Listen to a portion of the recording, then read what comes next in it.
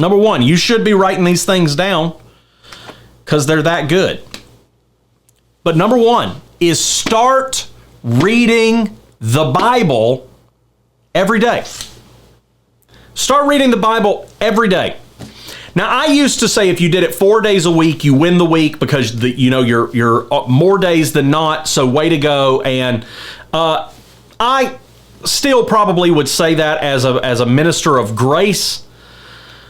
But I think you should read the Bible every day. Make it a point to read the Bible every day. So I'm going to give you some tips on how to read the Bible every day. These are really, really simple. This is how you read the Bible every day. I don't know if you've ever heard of these, but commit to no 0 days. This is a great thing for goals. It's a great thing for working out, gyms, making new habits. But commit to no 0 days. No matter what kind of day I'm having, or no matter what kind of day I'm about to have, I'm going to read the Bible in some kind of way. Now, that may mean that you're going to read 2 verses out of Proverbs, but I'm going to read the Bible some kind of way every day because I'm committing to no 0 days. So here's how you're going to read the Bible every day. First thing you need to do is you need to have a plan. You need to have a normal, everyday plan that you use to read the Bible. Now, what do you think the best plan is to use? TearUpYourBible.com. I'm amazed that you said that because I was thinking the exact same thing. If you go over to TearUpYourBible.com, it's the best Bible reading plan on the planet. So I would encourage you to get a plan. That's the first thing. Have a plan. So have your normal course of attack, your normal course of action. Don't just read willy-nilly, but have a plan. Have a plan that you read, that you do every day. Now, keep in mind, if you do a plan that, I know like the 1 year Bible is 6 days and then 1 day off, that's not going to work. So you're going to have to do something where you're reading every day. So get a plan. The second thing you're going to have to do is you're going to have a backup plan. What's your backup plan? My backup plan is if I know I'm about to have a day or my morning started outrageously late or X, Y, and Z happened, then what I do is I'll read a psalm. I just go to a psalm. And once I've done that a bunch of times, I'll probably go to a proverb. But I go with a plan, and then I have a backup plan. What is your natural backup plan if this doesn't work?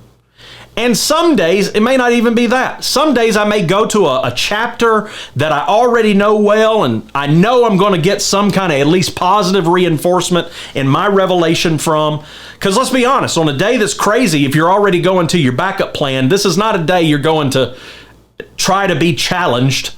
So just go somewhere that affirms what you already know and believe real well. So I may go read Romans 5. Or Galatians 2, or 1 John 4, or Hebrews 11. You know, something that I just know is going to bring out what's already in me. It's going to bring it to the surface. So have a backup plan. So number one, have a plan. Number two, have a backup plan because we're committing to no 0 days. Number three, don't just have a backup plan, have a backup method. Have a backup method. Worst case scenario.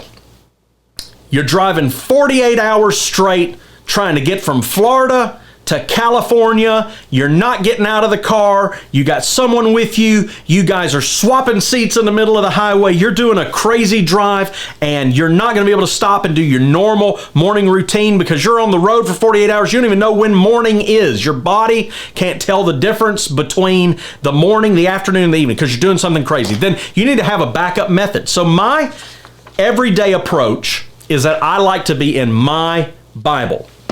This particular Bible, I was in this Bible every day for about 400 days. Every single day. I was never not in this Bible. So this one I'm trying to be in for at least 1,000 days. I'm trying to spend 1,000 days in this Bible. And I want to be in this Bible every single day. I like the physical interaction. I like that I'm tearing it up. I like that when I'm done with this thing, it's going to look like it was beat to Hades. And when people ask me things like, so you must leave your Bible on the dashboard in your car, because I know that's how most people tear up their Bible, is they leave it in the car and they just are abusive with it. Nope, this came from reading. I babied this thing as much as I could, but I read it so much it's just toward a kingdom come.